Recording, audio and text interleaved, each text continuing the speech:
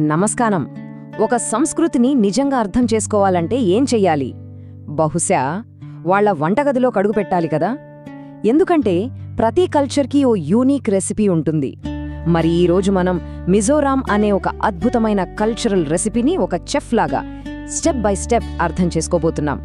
ఇంకెందుకు ఆలస్యం, పదండి ఈ టేస్టీ జర్నీ స్టార్ట్ చేద్దాం. అవును, ఈ ప్రయాణంలో మన గైడింగ్ ఫిలాసఫీ ఇదే. ఇక్కడ విషయం కేవలం ఫుడ్ గురించి కాదు, ఆ ఫుడ్ వెనుక ఉన్న కథ, మిజోరం కొండలు, అక్కడి ప్రజలు, వాళ్ల చరిత్ర చెప్పే ఆ కథని మనం టేస్ట్ చేయబోతున్నాం. సరే, మరి మన ఈ రుచికరమైన ప్రయాణంలో మెనూవేంటో చూద్దాం. ఈ 5 విభాగాల ద్వారా మిజోరం సంస్కృతిని పూర్తిగా ఆస్వాదిద్దాం. ఓకే, మన ఫస్ట్ కోర్స్తో స్టార్ట్ చేద్దాం. కొండల రుచి. అసలు మిజో వంటకాలకు ఆత్మ ఎక్కడుంటుంది? ఆ టేస్ట్ ప్రకృతితో, సింప్లిసిటీతో, ఆ ఫ్రెష్నెస్తో ఎలా కలిసిపోయిందో ఇప్పుడు చూద్దాం. చెప్పాలంటే మిజోరాం వంటకదిని అక్కడి ప్రకృతి నడిపిస్తుంది. ఆ పచ్చని కొండలు, దట్టమైన అడవులు ఉన్నాయి కదా, అవి చూడటానికి అందంగా ఉండటమే కాదు, అవే వాళ్ల కిచెన్కి కావలసిన అన్ని సహజమైన ఫ్రెష్ ఇంగ్రీడియంట్స్ని సప్లై చేస్తాయి. ఒక రకంగా చెప్పాలంటే అదొక సహజమైన సూపర్ మార్కెట్ లాంటిది. సరే, ఇప్పుడు మన రెసిపీలో కొన్ని హిస్టారికల్ ఇంగ్రీడియంట్స్ యాడ్ చేద్దాం. అంటే చారిత్రక నేపథ్యం చూద్దాం. ఎలాగైతే ఒక వంటకానికి దాని బేస్ ఫ్లేవర్ చాలా ముఖ్యమో, అలాగే ఒక సంస్కృతికి దాని చరిత్రే ఆ లోతైన రుచిని, క్యారెక్టర్ని ఇస్తుంది. మిజోరం ప్రయాణాన్ని చూస్తే ప్రాచీన కాలంలో తెగలు అక్కడే నివసించేవారు. తర్వాత బ్రిటిష్ రూల్ వచ్చింది, అస్సాంలో భాగమయ్యింది.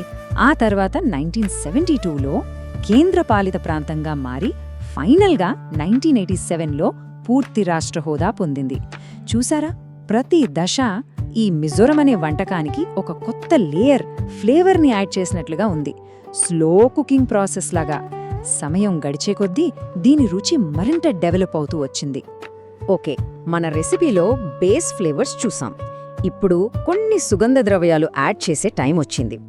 ఒక డిష్కి స్పైసెస్ ఎలాగైతే ఒక ప్రత్యేకమైన వాసన, రుచి ఇస్తాయో, మిజోరం కల్చర్కి వాళ్ల పండుగలు అలాంటివే. అవి ఆ కల్చర్కి ఆనందాన్ని, సువాసనని తీసుకొస్తాయి. ఇక్కడ ముఖ్యంగా 3 పండుగలున్నాయి: చప్చర్ కోట్, పాల్ కోట్, ఇంకా మిమ్ కోట్. ఇవి కేవలం సెలబ్రేషన్స్ కాదు, ప్రజలంతా ఒకచోట చేరి పాటలు, డాన్స్లు, స్పెషల్ ఫుడ్తో లైఫ్ని సెలబ్రేట్ చేసుకునే సందర్భాలు. నిజంగా చెప్పాలంటే ఈ పండుగలే మిజో జీవితానికి ఆ స్పెషల్ ఫ్లేవర్ని, అరోమాని ఇస్తాయి. సరే, ఇంట్రొడక్షన్ అయింది, హిస్టరీ అయింది, ఫెస్టివల్స్ కూడా చూసాం. ఇప్పుడు అసలైన మెయిన్ కోర్స్కి వచ్చేసాం. ఇక్కడ మనం మిజోరం సిగ్నేచర్ డిషెస్ని ఒక చెఫ్ తన టెక్నిక్ని చూపిస్తున్నట్టుగా క్లోజప్లో చూద్దాం. మొట్టమొదటిగా బాయ్. ఇది మిజో వంటకాలన్నింటిలోకెల్లా ఫేమస్. ఒక రకంగా చెప్పాలంటే ఇదే వాళ్ల సిగ్నేచర్ డిష్. మిజోరాం అనగానే చాలా మందికి గుర్తొచ్చే వంటకం ఇదే. దీనికి కావలసిన ఇంగ్రీడియంట్స్ చూడండి, చాలా సింపుల్. పంది మాంసం లేదా చికెన్, ఫ్రెష్గా కోసిన వెదురుచిగుళ్ళు, అక్కడి స్థానిక ఆకుకూరలు, ఇక ఫ్లేవర్కి అల్లం, వెల్లుల్లి, కొంచెం ఉప్పు. అంతే. ఎంత సరళంగా ఉన్నాయో కదా. ఇవన్నీ నేరుగా ఆ కొండల నుంచి వచ్చినవే. ఆర్టిఫిషియల్ అనేది ఏమీ లేదు. ప్రాసెస్ కూడా అంతే సింపుల్.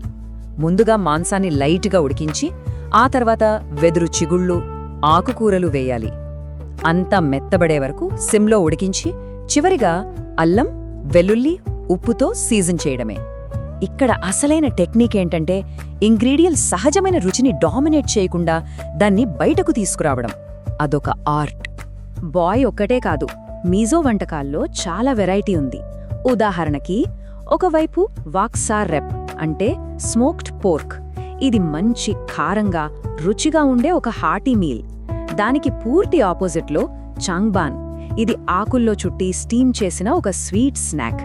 చూసారా, సేమ్ కిచెన్లోనే కారం, తీపి ఎంత రేంజ్ ఉందో. సరే, మన ఈ రుచికరమైన విశ్లేషణలో చివరి ఘట్టానికి వచ్చేశాం. ప్రతి గొప్ప షెఫ్కి ఒక సీక్రెట్ ఉంటుంది కదా, అలాగే మిజో వంటకాల వెనుక కూడా ఒక సీక్రెట్ మెథడ్, ఒక ఫిలాసఫీ ఉంది. ఏంటది? ఇప్పుడు తెలుసుకుందాం. అసలు మిజో వంటకాలని ఎంత యూనిక్గా, అదే సమయంలో ఇంత హెల్తీగా మార్చే ఆ సీక్రెట్ ఏంటి? ఒక క్షణం ఆలోచించండి. ఇంత టేస్టీ ఫుడ్ ఇంత హెల్తీగా ఎలా ఉంటుంది? ఆ సీక్రెట్ ఒక్క పాయింట్లో లేదు. అది 3 కేవలం 3 సింపుల్ ప్రిన్సిపల్స్లో ఉంది. ఆ 3 మిజో వంటలకు వాటి ప్రత్యేకతను ఇస్తాయి. అవేంటో ఇప్పుడు చూద్దాం. ఆ 3 మూల స్తంభాలు ఇవే. 1 సహజమైన లోకల్ ఇంగ్రీడియంట్స్ వాడటం. 2 మసాలాలు చాలా తక్కువగా వాడటం, రుచిని ఇంగ్రీడియంట్స్ నుంచే రానివ్వటం. ఇక 3 బాయిలింగ్, లైట్ ఫ్రైయింగ్ లాంటి హెల్దీ కుకింగ్ పద్ధతులు ఫాలో అవ్వడం.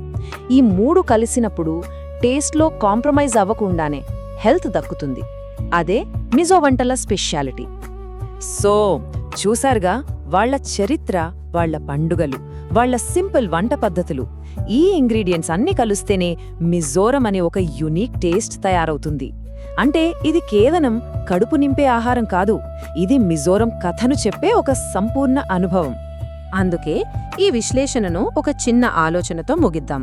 ఒక కల్చర్ ఫుడ్ దాని కథ చెబితే మనం ఇంకా రుచి చూడని, తెలుసుకొని ఎన్నో అద్భుతమైన కథలు ఈ ప్రపంచంలో ఉన్నాయి కదా. మరి మనం తర్వాత కనుగొనబోయే ఆ ఫ్లేవర్ఫుల్ స్టోరీ ఏంటి?